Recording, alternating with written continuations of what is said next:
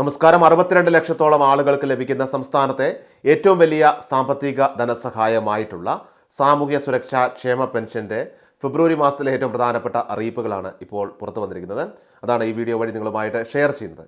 എല്ലാ പെൻഷൻ ഗുണഭോക്താക്കളും ഈ പ്രധാനപ്പെട്ട അറിയിപ്പുകൾ കൃത്യമായി തന്നെ മനസ്സിലാക്കിയിരിക്കുക. വാർത്ത എല്ലാവരിലേക്കും ഒന്ന് ഷെയർ ചെയ്യുവാനും പ്രത്യേകം ശ്രദ്ധിക്കുക.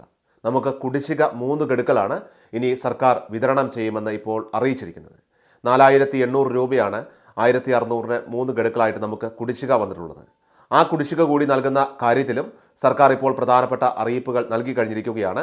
ഈ 2025 ഏപ്രിൽ മാസം മുതലാണ് ഇതിൻ്റെ വിതരണം ആരംഭിക്കുന്നത് തന്നെ. അതായത് പുതിയ സാമ്പത്തിക വർഷം ആരംഭിക്കുന്ന 2025-26 വർഷത്തിൻ്റെ തുടക്കം മുതലായിരിക്കും ഈ തുകയുടെ വിതരണം, കുടിശ്ശിക തുകയുടെ വിതരണം നമുക്ക് ലഭ്യമാകുക. ഏപ്രിൽ മാസം മുതൽ നമുക്ക് ആനുകൂല്യം ബാങ്ക് അക്കൗണ്ടിലേക്ക് ലഭിക്കുന്നതായിരിക്കും. അതുമാത്രമല്ല, ഈ ഫെബ്രുവരി മാസം നമുക്ക് ലഭിക്കുന്നത് സാധാരണ ഗതിയിൽ നമുക്ക് ലഭിക്കുന്ന 1600 എന്ന് പറയുന്ന തനതു മാസത്തെ സഹായം മാത്രമായിരിക്കും. ഇനി അത് മാത്രമല്ല, നമ്മളെല്ലാം പ്രതീക്ഷിക്കുന്നത് പെൻഷൻ തുകയിലെ വർധനവ് സംബന്ധിച്ചുള്ള പ്രധാന അറിയിപ്പുകൾ തന്നെയാണ്. പെൻഷൻ തുക 2500 രൂപ വരെ ആക്കുമെന്ന് തെരഞ്ഞെടുപ്പിൽ പ്രകടന പത്രിക പുറത്തിറക്കി ഏറ്റവും വലിയൊരു പ്രഖ്യാപനം നടത്തിക്കൊണ്ട് അതിലൂടെ അധികാരത്തിലേറിയ പിണറായി സർക്കാരാണിത്. അതുകൊണ്ട് തന്നെ ജനങ്ങളോട് പറഞ്ഞിട്ടുള്ള വാഗ്ദാനം അത് പരമാവധി സാമ്പത്തിക പ്രതിസന്ധി ഉണ്ടെങ്കിലും നിറവേറ്റുമെന്നാണ് ഇപ്പോൾ സർക്കാർ ഉറപ്പ് നൽകിയിരിക്കുന്നത്. അതുകൊണ്ട് തന്നെ ഈ പ്രാവശ്യം പെൻഷൻ വർധനവ് കൂടി ഉണ്ടായേക്കുമെന്നുള്ള ഒരു സൂചന കൂടിയാണ് ഇപ്പോൾ സർക്കാർ വൃത്തങ്ങൾ നൽകുന്നത്. ഫെബ്രുവരി മാസം ഈ ആഴ്ച തന്നെ സംസ്ഥാന ബജറ്റ്, കേരളം കാത്തിരിക്കുന്ന സംസ്ഥാന ബജറ്റ് വരികയാണ്. ഇത് സംബന്ധിച്ച് നിർണായക പ്രഖ്യാപനങ്ങൾ ബജറ്റിൽ ഉണ്ടായേക്കുമെന്നുള്ള സൂചനകളാണ് വരുന്നത്. 62 ലക്ഷത്തോളം ആളുകൾക്ക് സാമ്പത്തിക സഹായത്തിൽ വർധനമുണ്ടാകുമെന്നാണ് വിലയിരുത്തപ്പെടുന്നത്. ഇനി അത് മാത്രമല്ല, പെൻഷൻ ആനുകൂല്യം ലഭിക്കുന്നവർ അവർ വരുമാന സർട്ടിഫിക്കറ്റ് സമർപ്പിക്കേണ്ട ഒരു സാഹചര്യം കൂടി, ഒരു സമയം കൂടിയാണ് ഇപ്പോൾ വരുന്നത്. വാർഷിക വരുമാനം അത് 1 ലക്ഷം രൂപയോ അതിന് മുകളിലോ ആണെങ്കിൽ തുടർന്ന് നമുക്ക് പെൻഷൻ ആനുകൂല്യം ലഭിക്കാനായിട്ട് അർഹതയില്ല. അതുകൊണ്ട് തന്നെ തുടർന്ന് നമുക്ക് പെൻഷൻ ലഭിക്കാൻ വേണ്ടിയിട്ട് ഇപ്പോൾ പെൻഷൻ ലഭിക്കുന്നവർ എല്ലാവരും തന്നെ നിങ്ങളുടെ വരുമാന സർട്ടിഫിക്കറ്റ് സമർപ്പിക്കേണ്ടതായിട്ട് വരികയും ചെയ്യും. അതിൻ്റെ തീയതി ഉടൻ തന്നെ പ്രഖ്യാപിക്കുന്നതായിരിക്കും. ഈ സാമ്പത്തിക വർഷമല്ല, അടുത്ത സാമ്പത്തിക വർഷമായിരിക്കും രേഖകൾ സമർപ്പിക്കേണ്ടതായിട്ട് വരിക.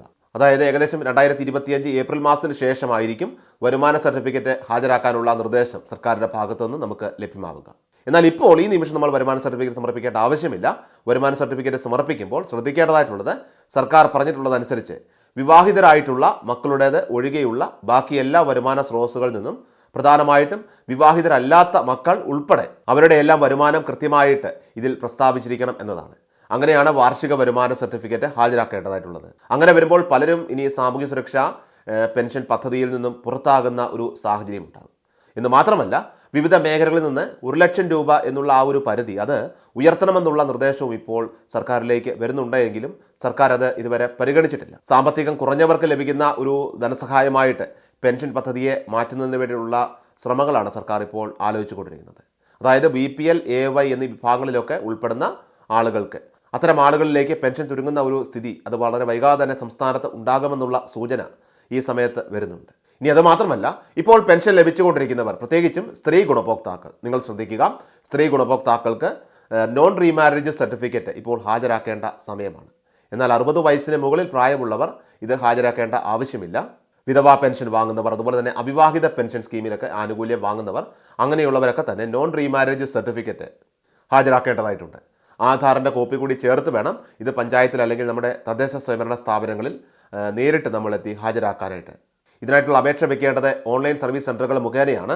നോൺ റീമാരേജ് സർട്ടിഫിക്കറ്റിന് വേണ്ടിയിട്ടുള്ള അപേക്ഷകൾ നിങ്ങൾ എല്ലാവരും തന്നെ സമർപ്പിക്കുക. അതിനുശേഷം അത് അപ്രൂവ് ആകുന്ന മുറയ്ക്ക് നമുക്ക് ഫോണിലേക്ക് മെസ്സേജ് വരികയും രേഖ ഡൗൺലോഡ് ചെയ്തെടുത്ത് ആധാറിൻ്റെ പകർപ്പ് കൂടി ചേർത്ത് വേണം ഇത് നമ്മൾ പഞ്ചായത്തിൽ ഹാജരാക്കാനായിട്ട്.